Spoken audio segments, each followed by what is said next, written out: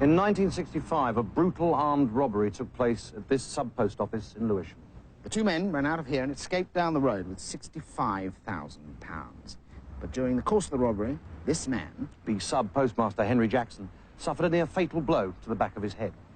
At the time of the murder, the two men were living here. At their mother's home in Greenwich, London.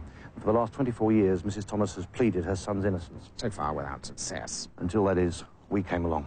Because we can prove the two men were put away for a crime they did not commit. And we know that because we did it.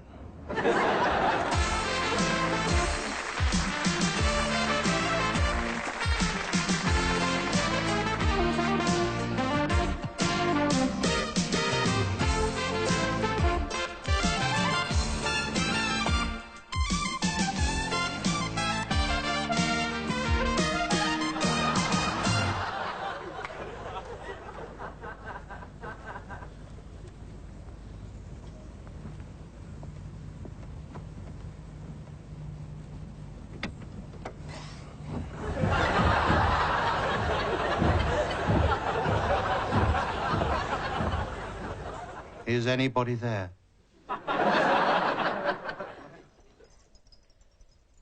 How long have you passed over? He says he's been gone for 15 years. It's my dad. My dad. I believe you have an important message for the deceased. Yes. Dad, your passport's arrived. I was in a game show. It was a pilot, and the format was to find a bloke who would go out with Cilla Black. It was called Blind Drunk. Madame, who is having the crab? Crab, that's for me, please. Thank you very much. Excuse me, sorry. Seafood's in this world. It's absolutely gorgeous. Thank you.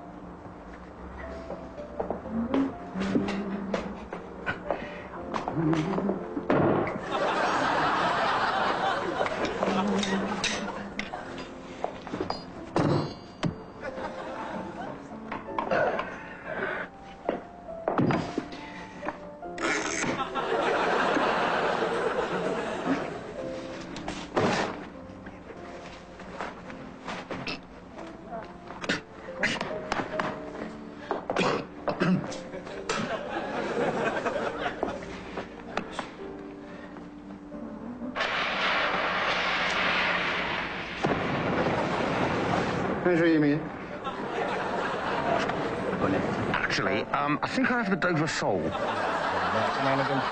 of course. Back in the 60s and 70s, you know, those rock concerts. God, dear. Other days, because I was a hippie. You never was you? I was. You should have seen me in my crushed velvet loon pants. Oh, yeah. Me psychiatric nylon caftan and the old Indian beads. Oh, it's great. What a decade. What a dickhead. You know, wonderful. Do you realise that it's actually 20 years since the Isle of Wight? It never is. Were you there? Yeah. I think everyone from our generation was there, weren't they? Yeah. We used to go every year. Every year? Yeah, me and the mum used to go to a little boarding house in Bentley. No, I mean, did you go to the rock festival? What rock festival? What rock festival? Blimey. Thousands and thousands of people hanging out there, you know, so declaring love and peace. Oh, yeah, I remember that. Yeah, I went to that. We went and complained about the noise, because we couldn't hear it. No, it was marvellous. I was there, mate. Was I you? was Yeah. hanging out with all the kids, Oh, you know, yeah. dropping in and cooling in and, you know, dropping out. And, Right, yeah, it's awful when your zip goes on the side of it. Sleeping down there, isn't it? Because you get all over the place. Yeah. Fantastic. Was it? Up there on stage, kind of huge super groups playing, and then over here, like, sort of acre upon acre of tents stretching out as far as you could see, and sort of hippies tripping everywhere. Yeah, well, it's the guy ropes, isn't it? So people don't get the tents. If you get a lot of tents, people have got to be careful. No, I'm not talking about that sort of tripping. I'm talking about D-R-U-G-S. Oh, yeah, my favourite band. Eh? Dr. Ruggs. No. Dr. Ruggs and his magic coconuts. No, I'm talking about the wacky backy, the uppers and the downers, the speed and the grass. You're not talking about drugs, are you? Yes, of course I am. Yeah, but I mean, you was never involved. Well, of course I didn't know, but it was all around, wasn't it? I mean, the air was thick with it. Blimey, talk about passive smoking. Blimey, I mean, you only had to sit halfway through the average Stones concert. You were completely out of your box. Oh, yeah. Still, you had nice seats then. They were my favourite. Mick Jagger. Yeah. And, of course, since then, Bruce. Oh, he's my favourite too. Yeah. Hey, as that song go, life is the name of the game, and I want to play the not Bruce game. Forsyth. Bruce Springsteen. Who's he then? Who's Bruce Springsteen? Blimey, the man we call the boss. Do you? Bruce Springsteen runs that milk depot where you work. Never mind. Yes. Do you know, there was only one place to be at one of those rock concerts. Where was that? Backstage. Yeah, that's right. And then you didn't have to watch what was going on round the front, did you? I was a roadie, you know. Were you? Oh, yeah. You was a roadie? I was a roadie. I was a roadie for one of the very top groups. Oh, well, yeah. Who was you a roadie for then? Lodwyn Pig. You was a roadie for the Bloods? Yeah. You never were. Yeah, I was with the Bloods in the early days. Well, because I left them before they got big, of course. Yeah, I think they all left before they got big. On tour. Yeah. On tour with the Bloods, my God. What did you have to do then? Well, yeah, as a roadie. well, like before every gig. Yeah. Well, gig is a sort of, you know, a technical term. It means Gig. Gig. Yeah, that's right, yeah. Well, before every gig, well, obviously I had to do my fair share of humping, Yeah, obviously. I've heard a lot of that went on. And and then basically I do the rig. Oh, right, so the lighting rig. Oh, so you did the rig for the gig? That's right. Yeah. So you did the rig for a Bloodwind Pig gig? That's right. Yeah, that's right. And there was a lot to do and all. So it's big? Oh, it's big, yeah. So you did a big rig for a Bloodwind Pig gig then? Oh, yeah, I did. Well, there's a lot of nonsense talked about it now. Yeah, there is, yeah.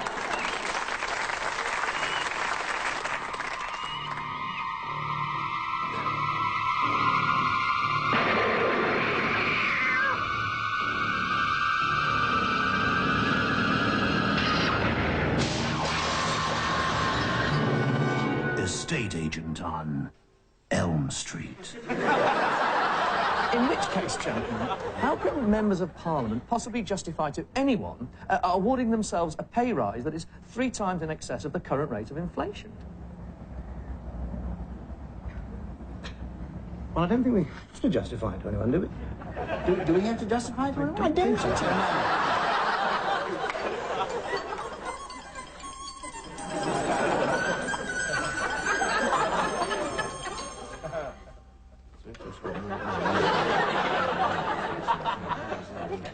Oh, hello, and welcome to It's Music to My Ears. Now, Mike, what instrument have you brought along for us this week? These, Colin. Ah, my goodness, surely you're not going to try and light a fire in the studio, Mike. Oh, no. No, these are actually Tibetan prayer stones, Colin. Oh, prayer stones? That's right. I see. Well, pretty hard to turn in a convincing musical performance on those, I'd have thought, Mike. Well, we shall see. The prayer stones are used by the monks of Lhasa and have 2 functions. The main function is to accompany their ritual chanting. And what's the other one? I don't know, Colin. And these are actually from Tibet, are they? No, they're actually from Brighton Beach, and I can tell you. So, they're percussion instruments, they are made of stone, they are not from Tibet, and they do have another function, but you can't remember what it is. Do you know how they're played? Yes, I do, Colin. Well, things are looking up. This one with this one. You literally bang them together. Yes, that's very succinctly put, Colin. Well, I'm dying to hear it. I can see that, Colin.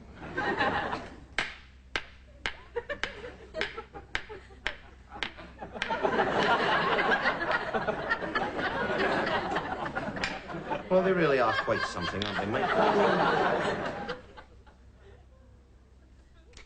In the world of folk music, we're going to finish this week with a song called The Robin. It's a Yukon Eskimo song, and we'll be singing it in the original Inuit burr with English subtitles. Whatever boots look me nine-o. Minahe o chuk minai koi. Look into boots look kingayo-yo. Kingayo o chuk komai koi. Whatever boots look gatlingayo. Gatling ko yo chuk minai koi. Look into the tifa kingayo-yo. Funny enough, I never really believed in all that thing, and then I won the Reader's Digest prize drawer. And now I'm looking for some prize socks to put in it. This fabulous restaurant is completely deserted. Yeah, the food's smashing. And the prices are reasonable, too. Well, let's just enjoy our meal, shall we? Good evening, folks. They say a meal without wine is like a day without sunshine. But what is a day without a meal, wine, and a song? I'd like to teach the world to sing in perfect harmony. I'd like to hold you in my arms and keep you, yes I would, company. Stanley Hopkins is 39. Outwardly normal, physically sound, happily married with a young family. Stanley suffers from a severe disability, only now recognised by the medical profession for the illness that it is. He was born without any sense of embarrassment at all. Enjoying your meal now? Now, Stanley, I'd like to do a few tests. Yeah, hope you got warm hands. Extrovertitis, or Pratt's disease, is inherited. What I'd like to do is to tie these few things on. Okay. The most common symptom is severe thickening of the skin. Now, Stanley, do you feel anything at all? No, nothing. No, nothing. Should I? People say he's a loony, mad, a maniac, but they're just trying to be kind. Let's face it, he's an honest-to-goodness pillock. I think you're doing a marvellous job, lass. In earlier times, society locked people like Stanley away in asylums or scout huts. Oh. Hello, Mrs. Taylor. How are the piles? All right. What is sometimes called Sue Pollard syndrome can strike at any time, and the full burden has to be borne by his family. It is very bad for me. I am having treatment for my permanent cringe, and a couple of months ago I had to go into hospital to have my buttocks surgically unclenched. Hey! It's Mastermind! But for many, the future is bleak. Stanley's restaurant is closing. He was turned down by the Morris dancers for being too showy. Hey, is that how you spell Magnus then, is it? And give me a hand with it, and with his shopping. It looks very much as if he might be forced to take the ultimate step, like so many of the chronically shameless. I've become a children's TV presenter. Have you met Ronald the Road? You what? Time to say goodbye to the boys and girls, yes. Bye-bye. Bye-bye, everybody.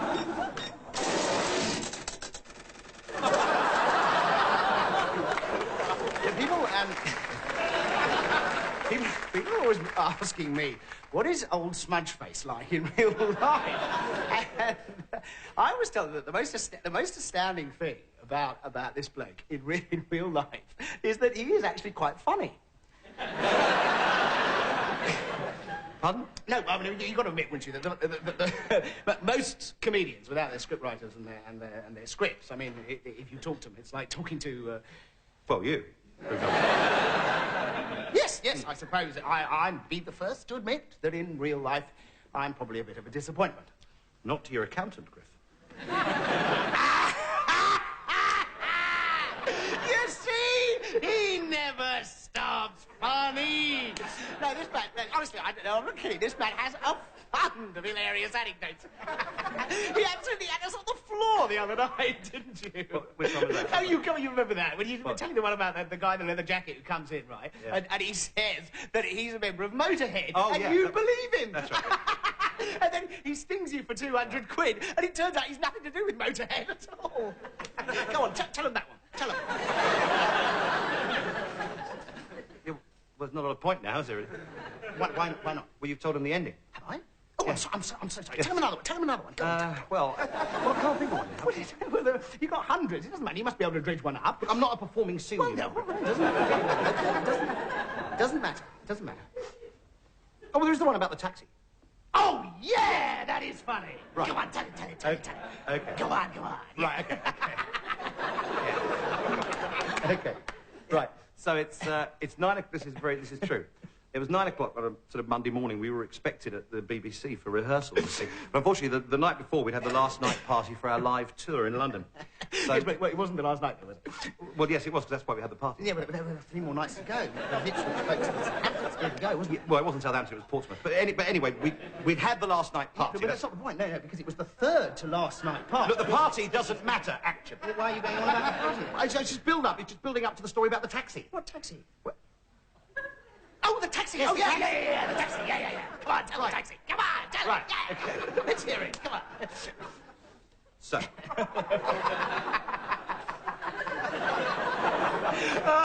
what's funny? What's funny? 200 quid and he wasn't even a member of the band.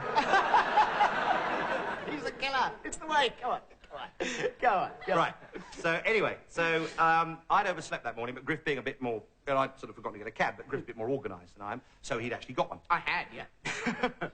Yeah. So as he got into the cab, the cabbie says, "Here, don't I know that face?" No, he didn't. He said, here, excuse me, I know you, don't I? Yeah, well, it boils down to the same thing, actually. Oh, I said, well, you might do.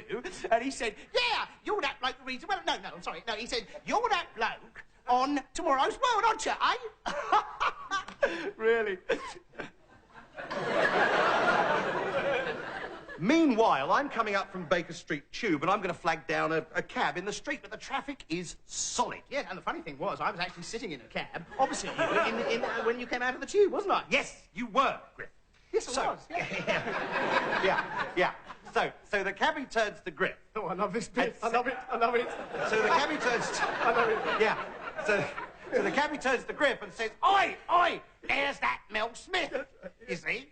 So Griff winds down the window. No, I pulled it down. You pulled it, there wasn't hands. Well, that makes it a lot funnier, doesn't it? I think it kind of does, actually.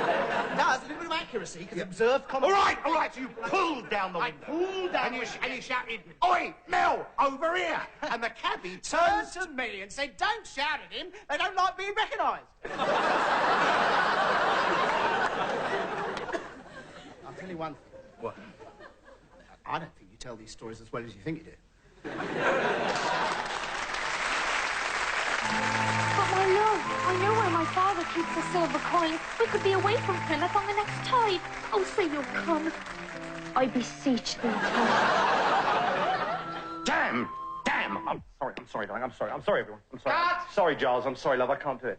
I'm really sorry. That's all right. We can go again. It's there, but it won't come out. I don't know what my motivation is. Motivation? Yeah. Yeah, well, Jenny wants you to go with her, and you don't know whether to go with her or not. And something about her reminds you of your childhood, when your father beat your favourite dog, and it's upset you so much you ran into the kitchen, and your mother was there, and she was cooking, and she turned around, and she spilled oil all down herself, and she died. And Jenny reminds you of her mother, so you want to go with her. Okay? Great, thanks. Giles, thanks so much. I'm sorry. Okay, let's go again then. Okay, is that all right? Runaways, 56, take 9. And action! But my love, I know where my father keeps his silver coins. We could be away from Plymouth on the next tide. Oh, say you'll come with me, Tom. I beseech thee, Tom. All right.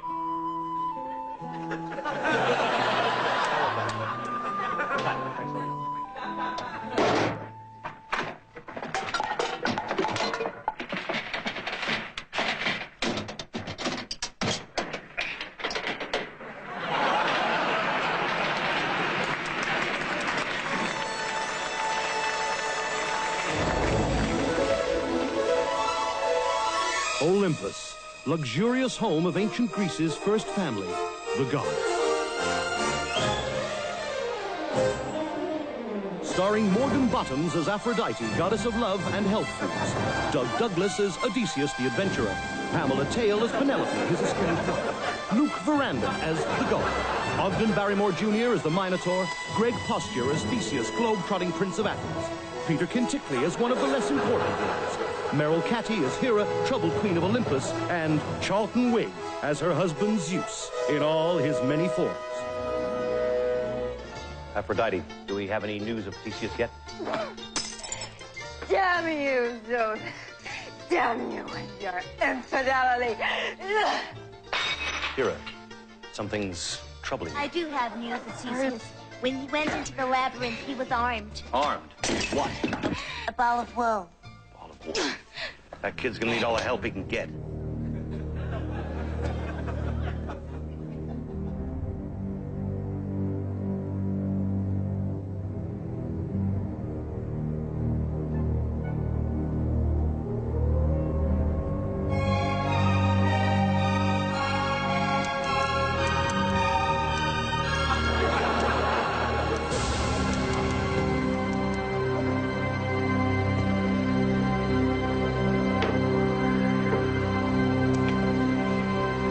What do you want?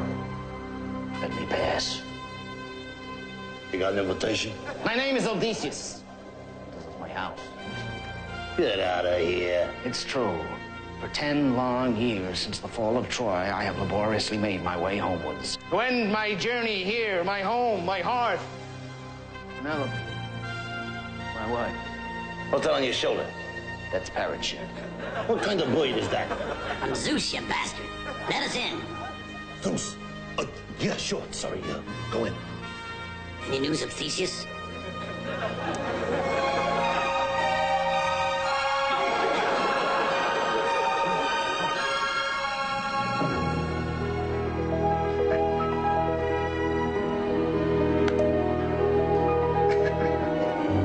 Stop it, Odysseus. I had a headache. Come on, honey. I've been away. Shipwrecked and pursued by fantastic creatures for 10 years. Well, another year won't hurt you. Another year? I get very long headaches. Come on, be reasonable. Me be reasonable? What time do you call this to come home? Where the hell have you been? I told you. Oh, exactly. You've been shacked up with one of your fantastic creatures, haven't you? What? You think I spent the last 10 years bonking some 15-foot giant with one googly eyeball in the middle of his face? Not the Cyclops. I'm talking about that temptress Circe the witch. Circe. Why, that voluptuous enchantress means nothing to me. What I want to know is how come when I come home to my wife, I find her entertaining 100 strange men in my lounge room? Those men are my fiancés. 100 fiancés? I thought you were dead. You gonna marry them all? No, not all at once. I suppose that's impossible. Well, it is now you've killed them all. Did you have to do that? I'm sorry. I guess my fiery temper got the better of me. The sight of 100 strange young men making eyes at my wife drove me mad with rage. Thank God you didn't get back on Thursday. Theseus, you and your friend have to realize plastic surgery is in its infancy. But is there nothing you can do? He wants to look as much like me as possible. Oh, well, that's easily done.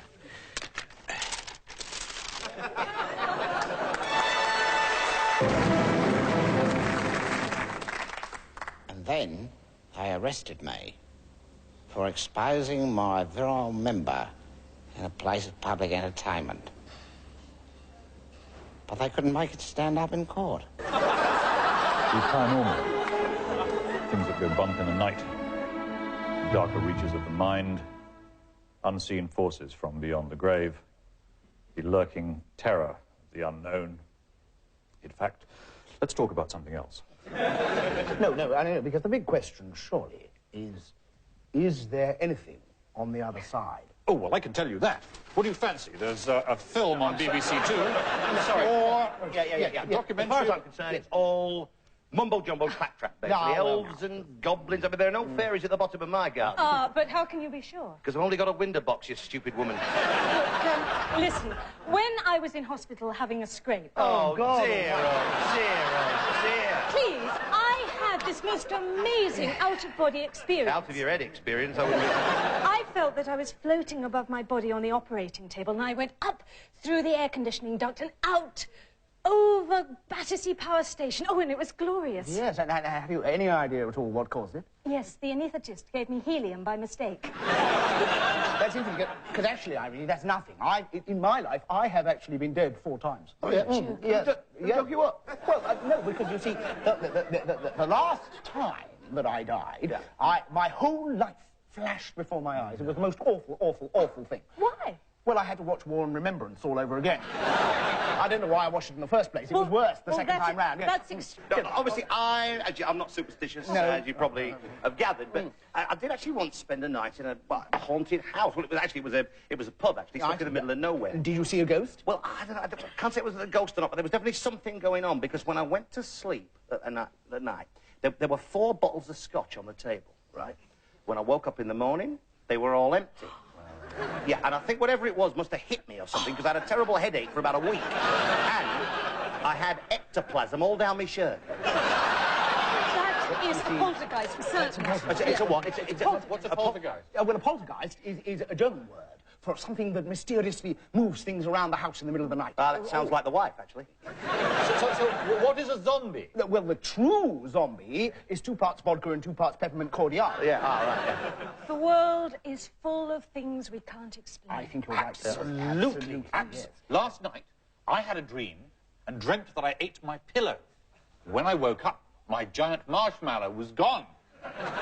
What is that all about? I don't know. I really don't know. For example, has anyone here ever experienced crystal healing? I've experienced crystal, Gail, and I didn't like it. No, crystal healing, it's a form of alternative medicine. Is it? Yes.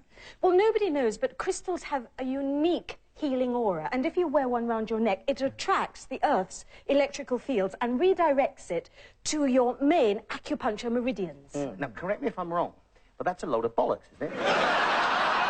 No, it's a crystal. Yes, but it's a crystal, and you wear it round your neck. But I mean, interestingly enough, there's a tribe in northern Burma who wear bollocks round their neck. It's an ancient curse, you see. So you wander around with your enemy's scrotum round your neck. And he ceases to be a problem to you. Well, not really, because he's sitting on your shoulders. It's actually a way of getting to know your enemy a lot better, you see. But incidentally, talking of this, does anybody know why Sarah Miles drinks her own urine? Well, nobody else is going to, are they? Does she? Oh, she does. Oh, yes, sure Sarah Miles. because no, she does drink it. She does, yes. And I believe that Thames Water are going to give us all the opportunity to do the same thing. Do you know that the Queen is a homeopath? She believes that what you put into your body directly affects your quality of life. Yes, well, I'm sure Britt Eklund would agree. Déjà vu is an interesting thing, isn't it? No, it's not, actually, no. No, you know, the thing is, I'm not into all this, as you probably know, voodoo, medicine, you know, alternative healing, claptrap. It's not my scene. No. But I did actually once go to a doctor who was a cross between a chiropodist and an osteopath. And what was he? A footpath.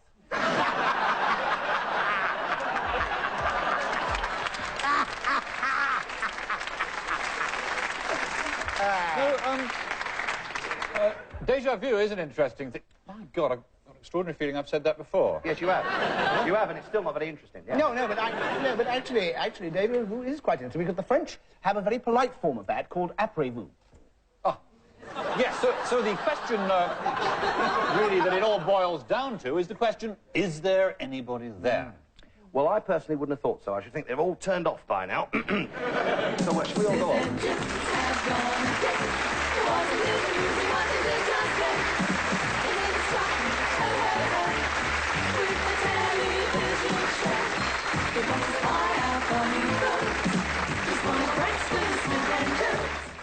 Smith and Jones returns next Monday at 9:30. And this Friday, a drunken chef turns Basil's dream of a gourmet night into a nightmare. John Cleese stars in a classic episode of 40 Towers, Friday night at 8 o'clock. Coming up next on ABC, English Soccer. Where were you half an hour ago? They made us happy, they made us grin, so do us. If you've been tuning in, replace the receivers on your telephones, because that's your lot.